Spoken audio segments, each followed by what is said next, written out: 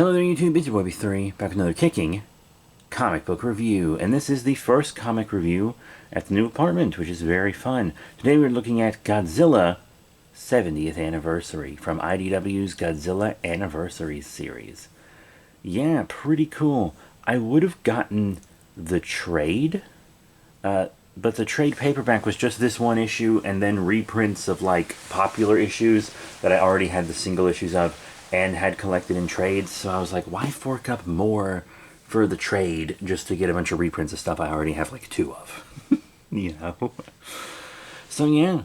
And it was also IDW's 25th anniversary when this dropped. A lot of cool stories. First off, Istanbul, Turkey, 1971. It's called The Half-Century Boar, which is, you know, it takes place in the Half-Century War, which is one of my favorite IDW Godzilla comics, probably just one of my favorite Godzilla comics, period. And it's about these two guys who are on Hedorah cleanup duty. Godzilla blows up Hedorah, and they have to collect all the pieces of Hedorah, and they spend years doing it. Years. 1974 comes around, so they've been doing it for 3 years, and then Godzilla comes back, and he destroys the container they have Hedorah in because he can sense Hedorah in it. So they've wasted years cleaning up Hedorah. It's pretty funny.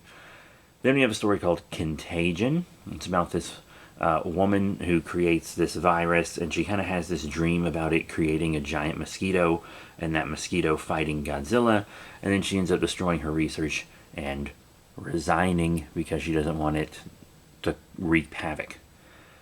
Then we have a story called Of Gods and Con Artists, about this guy who sells fake kaiju stuff. Like, he has all this stuff that he pretends is from kaiju battles. He's like, oh, this is blood from the kaiju, this is a piece of Biollante, oh, this is a piece of Mechagodzilla.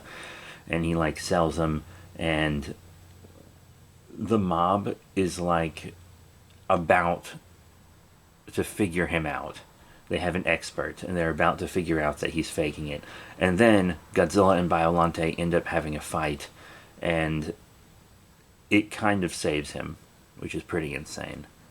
And then we have this beautiful story by Matt Frank, In the Shadow of a God, where Godzilla is drawn in an insane, monstrous way. It's very GMK looking, and you can tell it's Matt Frank art immediately by looking at it. You see this little girl in Japan, and she finds a living trilobite in a puddle in one of Godzilla's footprints, and like her family's dead, and this, you know, trilobite, it's misplaced in time, and Godzilla's destroying everything around her, but she kind of makes it her mission to get this trilobite back to the ocean. And it's actually really beautiful. Then there's another story called In the Darkness by E.J. Sue, about this kid who's like afraid of the dark, and Jet Jaguar's in it. He has this dream about Jet Jaguar fighting Godzilla, basically. Anytime Jet Jaguar shows up, I am there for it. My favorite robot in all of fiction, dude. Then we have a story called The Big One, about these people evacuating, and then their like family store is going to be destroyed. And there's this big slug monster that Godzilla's fighting, but there are also a bunch of little baby slug monsters running around eating people. And they survive, you know. They might lose a leg and whatnot, but they survive and are able to rebuild, and it's just this great story about like community and stuff. It's very, very beautiful. Really liked it.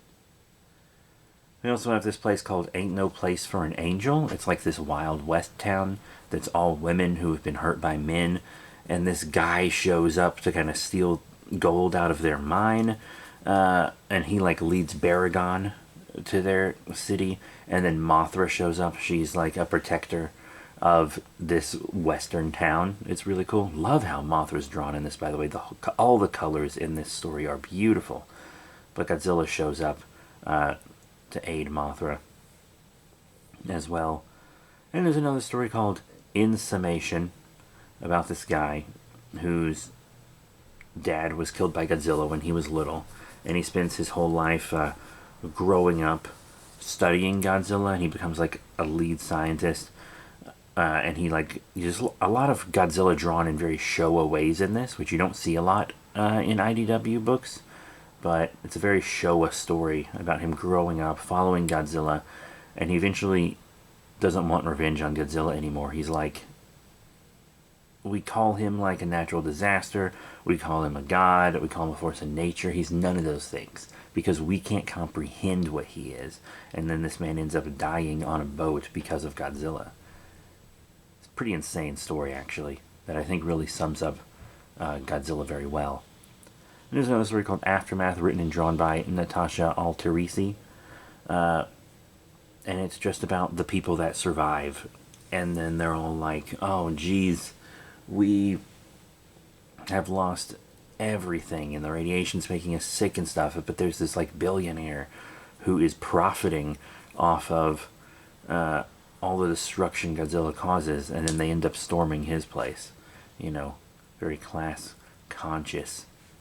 But yeah, that is it. That's all the little stories in the Godzilla 70th anniversary issue. Some were better than others. I actually think many of the stories get better as the book goes along. It's definitely worth picking up the single issue. If you can't find the single issue, I'm saying that assuming you're shopping at a brick and mortar store. It'd be easy to find online or on Kindle. But yeah, I don't usually read the single issues anymore, but for this one I wanted to because I felt like the trade collection was just a pointless markup. I mean, I already had all the other issues included in it to justify the big trade price. So yeah, the Godzilla 70th anniversary special from IDW, who was celebrating their 25th anniversary at the time, is a very good read with a lot of interesting takes on not just Godzilla, but the people in his orbit, the people he affects. And I really, really enjoyed it. So yeah, that is it. Thank you all very much for your support. Please remember to rate, comment, and subscribe. Check out all the cool links in the description below, Facebook, Twitter, etc. Next time, we're either going to be doing another volume of Batman Eternal, or we're going to be doing something from the Magnolaverse. I've been burning through Magnolaverse omnibuses, so maybe also Red Hulk, Yu-Gi-Oh! I don't know, we have so much that we need to do. But that's it. Thank you all once again, and I'll see you all next time. Bye for now.